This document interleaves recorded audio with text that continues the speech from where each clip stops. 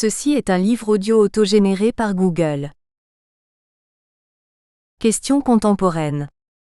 Questions contemporaines. Collection dirigée par Jean-Paul Chagnolot, Bruno Péquignot et Xavier Richet. Chômage, exclusion, globalisation. Jamais les questions contemporaines n'ont été aussi nombreuses et aussi complexes à appréhender. Le pari de la collection Questions contemporaines est d'offrir un espace de réflexion et de débat à tous ceux, chercheurs, militants ou praticiens, qui osent penser autrement, exprimer des idées neuves et ouvrir de nouvelles pistes à la réflexion collective. Dernière parution. Antoine Baudon, Les enjeux du désengagement des djihadistes, 2020. Arnaud Münster, Émancipation, de Marx à Marcuse, 2020. Mohamed Salhabé, Jean-Claude Beaune et Odette Barbero, Dire, La technologie une et multiple, Réflexion libanaise et française, 2020. Philippe Jourdain, Gilets jaunes, mai 68, 2020. Michel Adam, Composer avec la nature. Renaturation et géocitoyenneté, 2020. Jacques Bochart, Le peuple contre le peuple. Démocratie et Gilets jaunes, 2020. Pierre Morlan, Pour en finir avec les religions, 2020. Louise Fine, Enfant au travail, Le paradoxe de la nécessité et du choix, 2020. Abdelbaki Belf Akaïh, Abdelkader Gonegaï, Bruno Péquignot, Dire, Art, individu et société, 2020. Alain Redslob, Évidence économique d'hier et d'aujourd'hui. Pensée, innovation, mutation, 2020. Simon-Pierre Thierry, Le regain des campagnes. Les ruraux et leurs collectivités locales, 2020. Mathieu Labbé Zerlli, Manuel de survie d'un universaliste, 2020. Laure Manicom, Manière de penser les crises, 2020. Du mêmes auteurs. Des mêmes auteurs. Sans fiche pour comprendre le digital, Bréal 2019. Les concepts clés du digital, Studirama 2018. La cybersécurité, Studirama 2018. Note. Les illustrations manuelles sont les œuvres de l'auteure Karina Sokolova. Préface. Pour un humanisme libéré, Alain Piot. C'est avec un grand plaisir que j'ai reçu l'invitation de Charles Pérez et Karina Sokolova à préfacer leur nouvel ouvrage, Prison numérique. Et ceci pour deux raisons. D'abord notre amitié qui va même jusqu'à quelques gènes communs hérités d'un arbre généalogique où l'on retrouve le prénom Charles de génération en génération. Ensuite parce que leur entreprise de déconstruction d'évidences fatales se transforme en un humanisme que je partage pleinement. Il est vrai que je me sens plutôt béotien devant l'avalanche de données, contenues dans ce livre, mais là où je me sens plus à l'aise comme en famille, c'est lorsque je découvre que leur critique du numérique, jusqu'à en faire une prison, rejoint des préoccupations qui sont miennes avec une approche apparemment très différente, la sociologie, mais qui se conjugue avec celle de Charles et Karina dans une vision de l'homme comme un prisonnier à délivrer de ses chaînes. Je voudrais parcourir ces pages en glanant des feuilles qui ont attiré et interpellé mon attention. Page 42 et S. C'est d'abord leur réflexion sur le temps philosophique et cette interrogation qui est une adresse à nos contemporains. Où court-il ? Après avoir salué au passage la théorie de la relativité, ainsi que mon cher Bourdieu et même Raymond DeVos, je retiens cette phrase qui dit beaucoup. Il ne reste dans de tels systèmes que des penseurs à vitesse accélérée qui ne peuvent fonctionner que par idées reçues. Mais à vrai dire, peut-on penser réellement à cette vitesse ? Et que devient la pensée qui n'est faite que d'idées ? C'est déjà ça, mais reçue, ça n'est plus ça. Et je le pense, nous allons à vitesse accélérée vers une société qui ne pense plus. Page 52 et S. Voilà que je rencontre en chemin la publicité. J'y intègre une majuscule, on ne sait jamais. Je l'ai côtoyée pendant 12 années de carrière, et il est vrai qu'elle ne mériterait qu'une minuscule. Je lis, cette volonté de nous prendre au piège émotionnel pour capter cette attention est souvent synonyme de succès financier. Elle engendre une perte progressive de notre état et de nos moments de pleine conscience. Ah, le piège émotionnel. C'est une caractéristique de notre époque en effet, à tel point que l'on a pu parler de la dictature de l'émotion. Je prends un exemple qui ne relève plus a priori de la publicité, mais qui en est parent. De nos jours, le moindre fait divers ayant un contenu scandaleux entraîne une demande sociale, qui trouve réponse, de sanctions en forme de lois nouvelles qui se surajoutent à un empilement déjà lourd. L'émotion fait loi. Elle fait également l'affaire des vendeurs d'émotions. Page 76 et S. Les données seraient un poison ? À chacune de nos innombrables connexions quotidiennes, nous dévoilons un peu plus de notre intimité. On sait tout de nous, de nos préférences, de nos espoirs, de nos petites manies inavouables. La donnée est devenue une valeur extrêmement lucrative, et un élixir facile à digérer pour tous. Eau ou pétrole ? Quelle est la comparaison la plus pertinente ? Sans doute le pétrole, disent nos auteurs. Mais le pétrole est battu sur au moins un point. Les produits du pétrole ne génèrent pas plus de pétrole, argumente-t-il, alors que là où les données produisent plus de données. Et on l'a dit, mais il est bon de le répéter, elles nous emprisonnent. Page 99 et S. La dépendance. Ne soyons pas surpris, c'est notre perspective, que cela nous plaise ou non.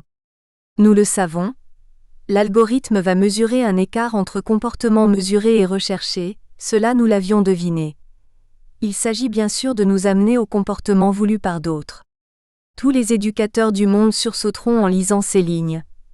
La ludification croissante de tous nos services en ligne s'explique aussi par la volonté de mieux piloter nos comportements. L'approche a fait ses preuves sur des pigeons, des rats, elle a confirmé son intérêt pour l'éducation des enfants. Aujourd'hui, elle nous éduque tous vers un comportement cible. Autrement dit, la dépendance à laquelle nous sommes contraints fait de nous des rats ou des pigeons, choisissez. Mais peut-être heureusement, y a-t-il des situations où les animaux nous dament le pion, voyez La Fontaine. Page 110 et S. Finalement ce que nous sommes, un point dans l'espace. Dans cet espace, des produits et contenus naviguent autour de vous comme dans un univers de galaxies. Certains produits seront plus proches de vous, et ce sont ceux que l'on vous recommandera. Dans leur développement ultérieur, nos auteurs, après un parcours un peu ardu pour moi, notamment sur le thème des réseaux, en viennent à des conclusions plus accessibles, pour moi. Une clé du succès en général, selon des théoriciens américains principalement, repose sur les réseaux, vecteurs essentiels. Mais quand on en vient aux réseaux digitaux, au lieu d'ouvrir ce que les auteurs appellent le capital social, ils le referment. Pourquoi ? Parce qu'au nom du vieil adage retraduit par les algorithmes, qui se ressemble s'assemble, autrement dit ceux qui pensent pareil s'agglutinent. On vous proposera plus facilement les produits que vos semblables ont déjà achetés, les opinions auxquelles vous adhérez déjà, les individus qui vous ressemblent, alors que l'ouverture à la différence est source de progrès. Mais le progrès n'est pas un terme du vocabulaire usité dans la prison numérique. En conclusion, j'admire et je partage la démarche et la réflexion de Charles Pérez et Karina Sokolova. Ils ont à cœur de mettre l'humain au cœur de la bulle, ce qui a pour conséquence inévitable de la faire éclater. Il ne s'agit pas, je le comprends, d'être opposé au numérique et de se replier sur notre jardin, mais de mettre au jour ses présupposés cachés, inavoués, ou même niés pour un autre avenir. Prélude. À ce jour, plus de 3 milliards d'homo digitalis sont recensés sur les réseaux sociaux numériques. Les 2,7 milliards de smartphones en circulation leur permettent d'être connectés en permanence pour une présence dans le cyberespace dépassant 6 heures par jour. Une partie significative de notre temps se résume à faire face à l'écran de nos machines, télévision, tablettes, mobiles, intelligents ou non. Sur et avec ces derniers, nous concevons, nous consommons, nous écrivons et nous produisons une ressource unique qu'est la donnée. Des opérations qui représentent désormais plus d'un tiers de notre temps actif.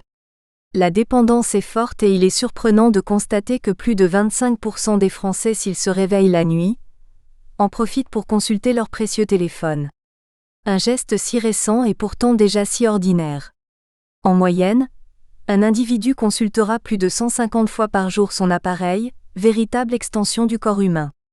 En une seconde de cette nouvelle vie, on compte 8772 tweets, 959 photos Instagram, 1628 messages Tumblr, 4288 appels Skype, 84 gigaoctets de trafic Internet, 79 293 recherches Google, 81 839 vues de vidéos YouTube et 2 864 514 courriels envoyés.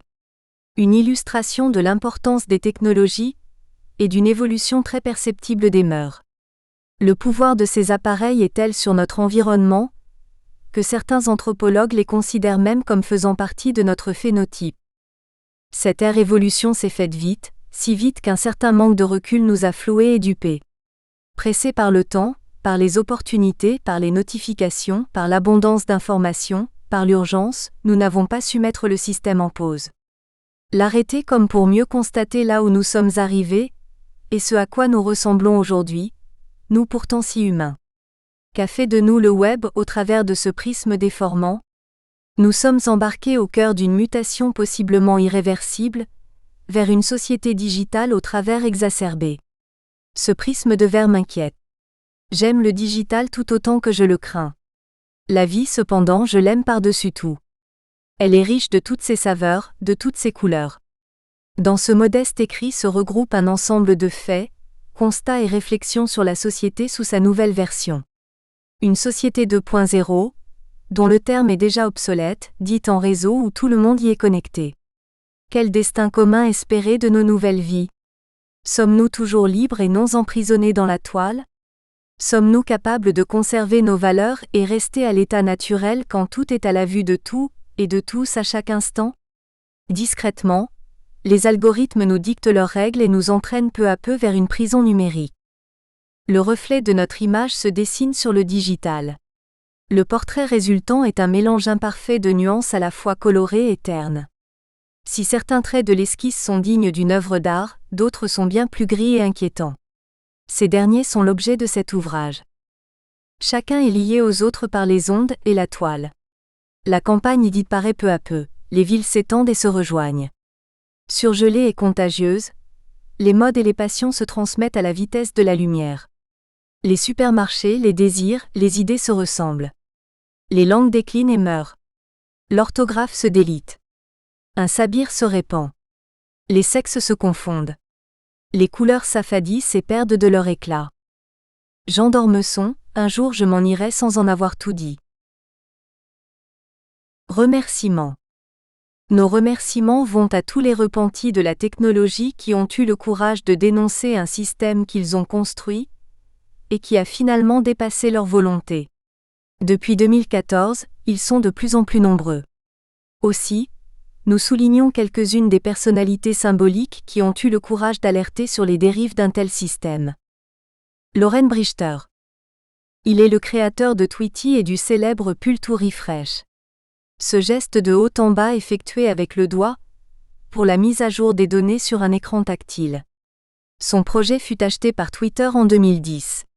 Il affirmera plus tard que le Pull to Refresh est un vecteur de dépendance. Quand je travaillais dessus, je n'étais pas assez mature pour y penser. Renée DiResta. Entrepreneuse américaine, aujourd'hui spécialiste des questions de désinformation. Elle est directrice de recherche à New Knowledge. Elle fut lanceuse d'alerte au sujet de l'usage de la désinformation sur les médias sociaux et de son impact sur la vie politique. Tristan Harris. Il est le fondateur de Aperture racheté par Google en 2007. Il travaillera chez Google sur les problématiques d'éthique. En 2015, il quitte le géant pour créer Time Well Spent. Greg Ormuth. Product Manager à Google puis un des premiers employés d'Instagram. Il change finalement de direction et participe à de nombreux projets qui présentent une vision critique du digital. L'un d'eux, le Network Effect, met en garde contre les effets psychologiques de l'usage d'Internet sur les hommes. Roger McNamee. Auteur en 2019 de Facebook, la catastrophe annoncée. Il est l'un des premiers investisseurs du réseau social et s'est engagé très tôt contre ces pratiques. Sean Parker. Il a fondé Napster en 1999 et fut un pilier de Facebook dont il occupera le rôle de président à ses débuts. Il dénoncera les pratiques non éthiques de son entreprise. Shamas Palihapitiya. Il fut le plus jeune vice-président de l'histoire d'AOL. Il est employé très tôt par Facebook. Il détient son propre fonds d'investissement. En 2017, il indiquait regretter avoir aidé Facebook à devenir la plus grande plateforme de médias sociaux. Il annoncera que ceux-ci détruisent nos modes de société. Sandy Parakila. Ancien employé de Facebook. En 2018, il fut lanceur d'alerte au sujet de la responsabilité de Facebook sur le scandale Cambridge Analytica. Il a rejoint l'équipe respect de la vie privée d'Apple en 2019. Justin Rosenstein. Anciennement responsable produit à Google puis responsable technique à Facebook. Il est le créateur du bouton Like. Il est aussi le fondateur de One Project, qui vise à trouver des solutions permettant aux leaders de la technologie d'aider l'humanité. Glenn Zilberman. Anciennement employé de Google, il est le cofondateur de Pinterest en 2010. Il décrit son service comme un outil dont la finalité est de déconnecter les utilisateurs. Il le définit comme un anti-réseau social. Chris Wezrel. Il fut employé de Google et reconnu pour avoir créé le service Google Reader en 2005. Il fut aussi employé de Twitter et a travaillé sur la fonctionnalité de retweet. Le partage d'un message d'un utilisateur à toute son audience. Evan Clark Williams.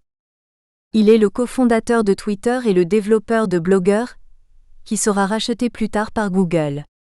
Il quittera Twitter pour créer Medium. Il annoncera que les modèles d'affaires conçus autour de la publicité ne sont tout simplement pas bons. Cet ouvrage a été largement inspiré de leurs œuvres. Introduction. En à peine plus d'une génération, le numérique a pris une ampleur exceptionnelle dans notre société. Véritable symbole de la digitalisation, l'ordinateur apparaît discrètement vers la fin des années 1930. En 1943, Thomas Watson, alors président d'IBM, suppose un besoin limité à 5 ordinateurs pour couvrir les nécessités de la planète. Une prédiction en incroyable contraste avec les chiffres observés aujourd'hui.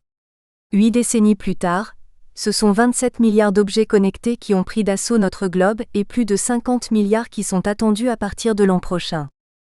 Conçu pour lier tous les citoyens du monde, favoriser les échanges, la connaissance et s'ouvrir à toutes les cultures, la toile a atteint pour la première fois de son histoire le point d'équilibre. La moitié des individus de la planète y sont connectés et font partie de cette société 2.0, ou plus simplement numérique. L'autre moitié devrait peu à peu rejoindre les premiers. Les estimations les plus optimistes indiquent une société entièrement digitalisée aux alentours de l'année 2045. En conséquence, nos activités se numérisent de manière continue et croissante au point de générer plus de 2,5 milliards de gigaoctets de données quotidiennement.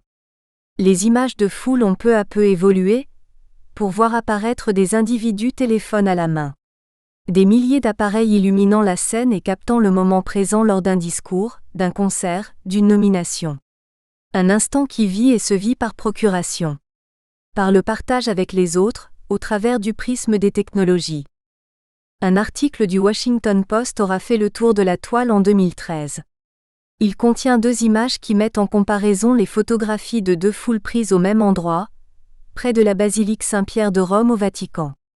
Le reflet d'une évolution forte est symbolisé par l'apparition de milliers de smartphones, tapissant comme un voile de lumière le paysage environnant. Des images que l'on retrouve désormais lors des cérémonies et des concerts, figure 1. Figure 1. Photographie de 2 foules prises aux abords d'un concert avant à gauche et après à droite, l'émergence des technologies mobiles. Source pixels.com.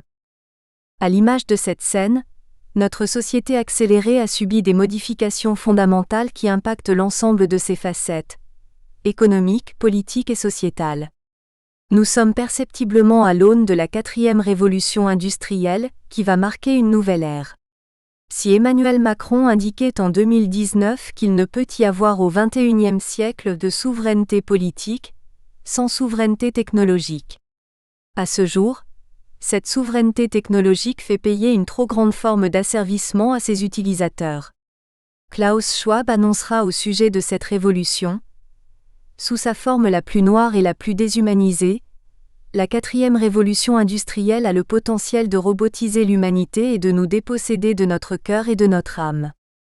La cause en est portée par des technologies au pouvoir et aux ambitions presque inhumaines sous certaines de leurs facettes. Des bouleversements qui ne sont pas sans conséquences. Le web, véritable reflet de notre société sous son aspect numérique, est dit en danger par son propre créateur Sir Timothy John Berners-Lee.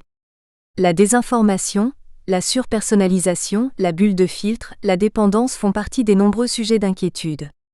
Les anciens employés de géants tels que Facebook, Google ou Twitter ont ces dernières années mis à la lumière du jour une partie des pratiques sombres de leurs entreprises. Peut-on raisonnablement laisser faire sans réagir ? Tôt ou tard, il faudra s'emparer de la problématique afin d'empêcher les technologies de faire de nous des marionnettes de nos propres existences. Entre espérance et crainte, il convient de faire un point des pratiques et sources d'inquiétude. L'universalité des échanges, l'ouverture des frontières, le partage des connaissances, si nombre de promesses ont été tenues par le web dès sa création, qu'en est-il aujourd'hui ? Cette révolution digitale a fait émerger de nouvelles problématiques et nouveaux modèles d'affaires, dont les déviances pourraient mettre en péril un avenir sain de notre société et de ses membres. Aux prémices de cette révolution, nous proposons un constat critique et éclairons sur ce que la société est devenue et par extension risque de devenir à l'ère de cette grande transformation. Quel portrait peut-on faire de la société digitale moderne ? À quels enjeux doit-elle faire face ? Comment a-t-elle fait évoluer les vecteurs à l'essence même de notre existence ? Si la technologie est responsable de nombre de déviances, peut-on répondre à ces mêmes déviances par la technologie ? Quelle image et quelle vision souhaitons-nous offrir aux futures générations ? Nous présentons ici un regard critique sur les modifications apportées par l'émergence du digital. Tristan Harris l'illustre par une simple et séduisante formule bien que dystopique. La technologie progresse tandis que l'humain régresse.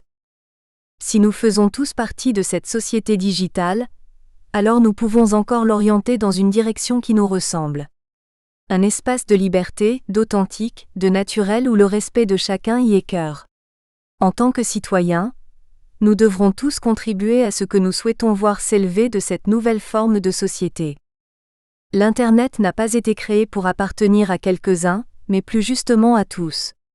Il est temps de revenir à cette essence même du web, un lieu d'échange, de dialogue, ouvert sur la co-construction de ce que nous souhaitons créer et transmettre. Une société où l'expérience utilisateur est reine et où le dupe et les déviances sont écartés et refusés. Un lieu où les 50% oubliés trouveront leur place dans un environnement sain. Un lieu où ils pourront simplement et sereinement apporter la richesse de leur diversité. Notre itinéraire commence avec la fameuse, merveilleuse et incontournable histoire du temps. Cette histoire universelle dans laquelle l'homme est plongé. Une histoire qui semble elle aussi se réécrire à une nouvelle vitesse. Chapitre 1 : Une histoire du temps digital. Où l'auteur traite du temps, de son usure, de sa valeur. Il constate son accélération et s'interroge sur la vitesse du digital. En fin de chapitre, il s'inquiète en constatant l'existence de S-Mombi. Mettre le temps en pause quand on connaît d'avance l'issue de notre vie, mais qui donne ce sens à l'instant d'innocence dont on connaît la cause. Les auteurs. Le temps, ses effets, ses symptômes. Où l'auteur pose un regard naïf sur notre rapport au temps. Le poussiéreux rapport entre l'homme et le temps est aussi ancien qu'il en reste à la fois fragile et d'actualité. Il suffit de s'arrêter à la terrasse d'un café pour voir défiler sous nos yeux émerveillés et ingénus un peuple pressé et éphémère. Des vies qui apparaissent, se croisent puis disparaissent et poursuivent leur destin.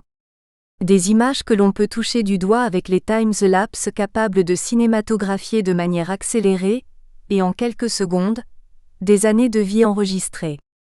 Il m'est arrivé de songer au spectacle que nous pourrions explorer en visionnant, en quelques minutes, les 2500 ans d'histoire auxquels ont su résister les colonnes de l'Olympieion d'Athènes, figure 2. Une caméra serait figée sur l'emplacement actuel des quelques survivantes et majestueuses colonnes de plus de 17 mètres. Figure 2. Image des dernières colonnes de l'Olympieion d'Athènes. Crédit Andreas Trept, licence Creative Commons. Elle nous offrirait un point de vue exceptionnel. Des images qui dévoileraient les efforts passés lors de sa construction qui s'étala sur plus de 5 siècles. Le temple ne fut achevé par l'empereur Hadrien qu'en l'an 129, tandis que ses fondations remontent à 515 AV. J.C. sous Pisistrate. Suivraient les images de sa décoration, de sa vie et de son usage.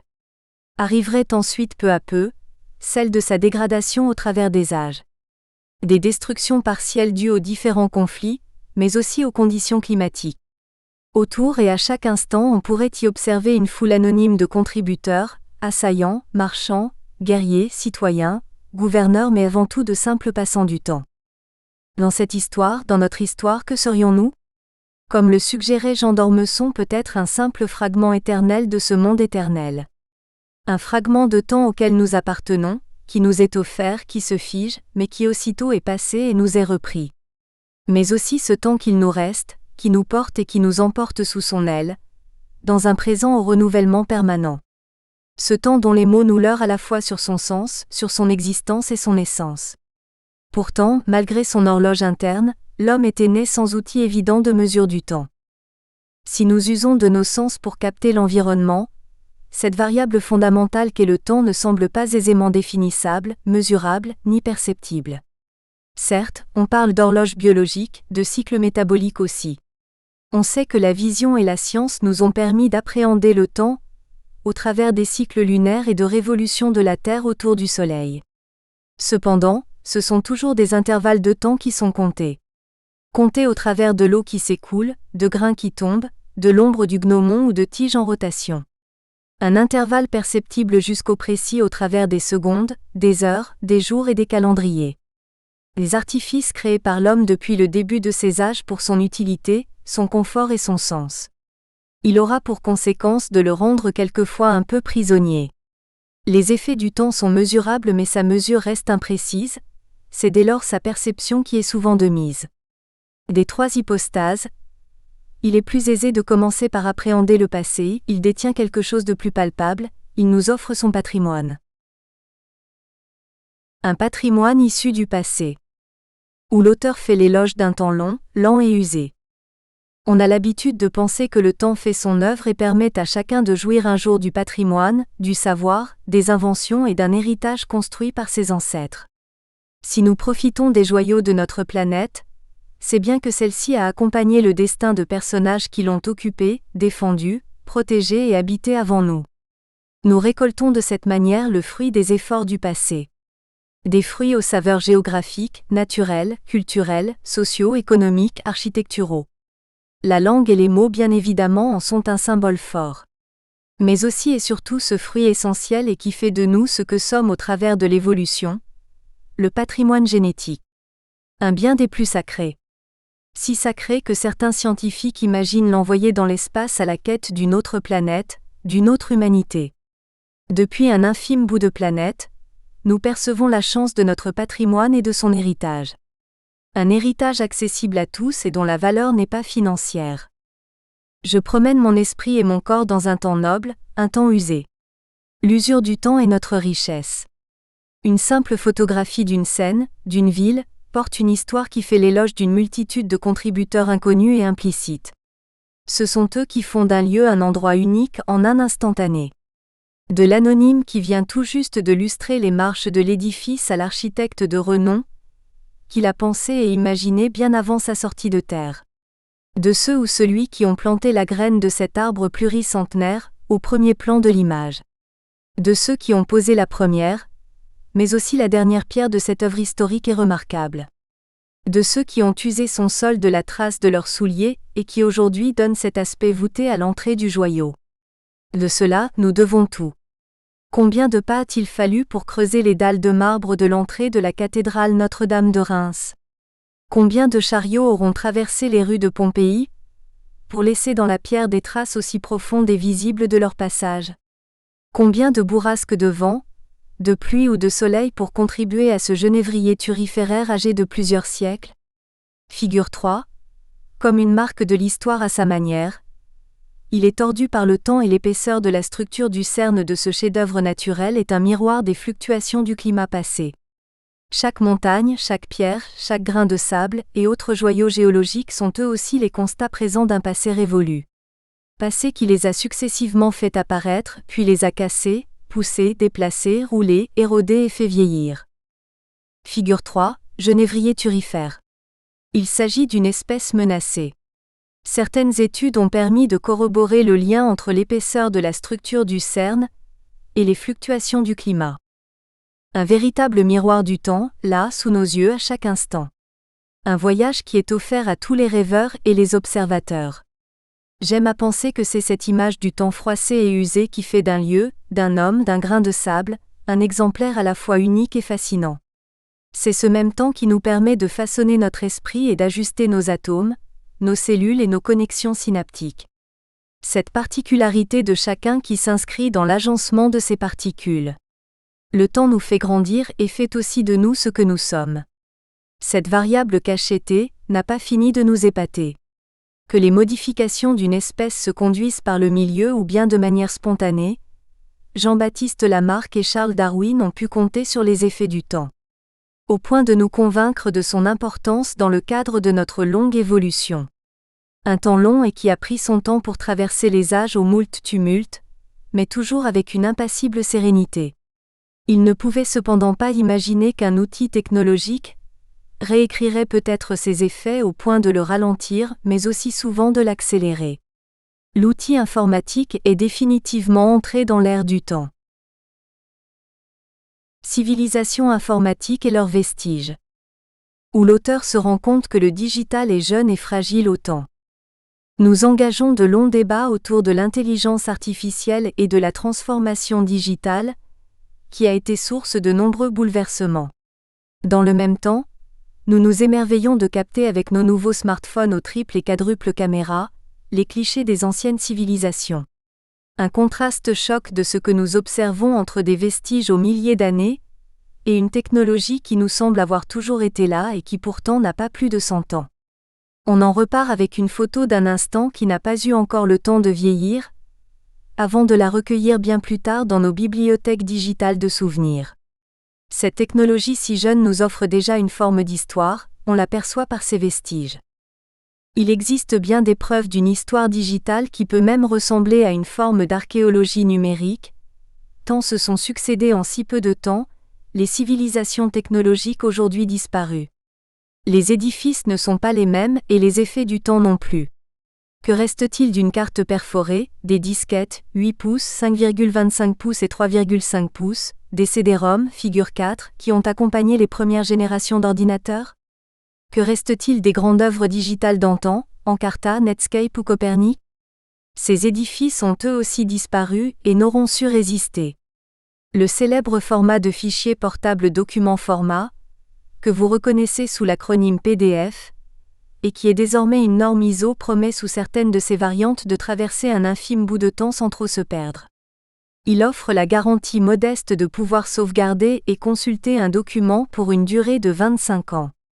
Une garantie utile pour l'archivage, mais tellement anecdotique au regard des 4000 ans d'histoire auxquels ont su faire face les pyramides d'Égypte ou les 6000 ans de vestiges archéologiques du néolithique que l'on peut observer à Kirokitia, Chypre. Un contraste saisissant aussi au regard du tout premier site web de l'histoire digitale qui reste toujours accessible à cette adresse. http://info.cern.ch.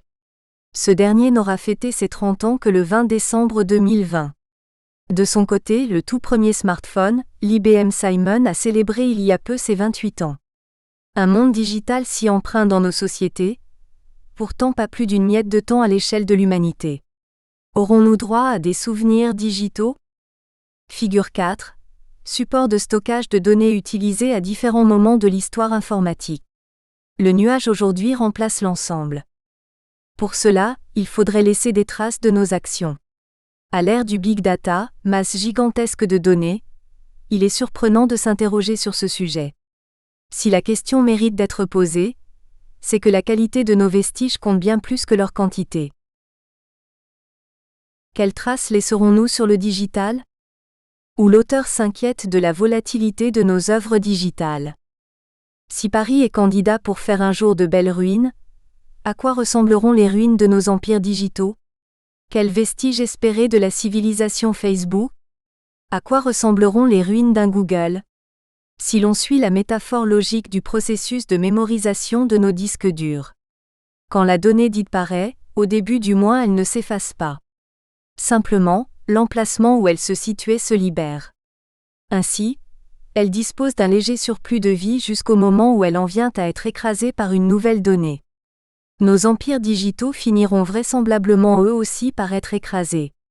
Écrasés par leurs remplaçants comme ils l'ont eux-mêmes fait en leur temps. Les supports matériels sur lesquels ils s'appuient sont aussi peu enclins à perdurer. Que restera-t-il de nos messages postés sur les réseaux et des photos stockées dans le cloud? Rappelons que le cloud est cette approche moderne de l'informatique qui permet d'avoir accès à des ressources, applications et plateformes sans avoir à en assumer leur gestion, mais simplement comme un service. Ainsi, les photos de nos mobiles se mémorisent dans le nuage pour les rendre accessibles depuis tous nos appareils. La question de l'espace disponible ne se pose plus. En contrepartie, les données ne sont quelquefois mémorisées sur aucun support en notre possession. La notion de produit évolue vers le service. Tandis que l'achat d'un logiciel se matérialisait à l'époque par une boîte avec un CE accent aigu CD-ROM, aujourd'hui, il se remplace par la création d'un compte et un paiement à l'usage. Le cloud d'une certaine manière enlève les traces matérielles des mains de leurs utilisateurs. Que restera-t-il de ces précieux vestiges familiaux, de ces objets rares traversant habituellement les siècles et les générations? Les nouvelles traces digitales sont produites par tous et à tous les instants. Comment les distinguer? De quelles pièces uniques disposons-nous? Edward Snowden caractérise la génération milléniale comme la dernière à avoir encore accès à des supports matériels tangibles. Précisément, ceux qui ont la propriété de se dégrader avec le temps. Il cite « Les prochaines générations n'auront que des souvenirs ». Nous espérons que vous avez apprécié cet aperçu. Pour continuer à écouter ce livre audio sur Google Play Livres, utilisez le lien dans la description de la vidéo.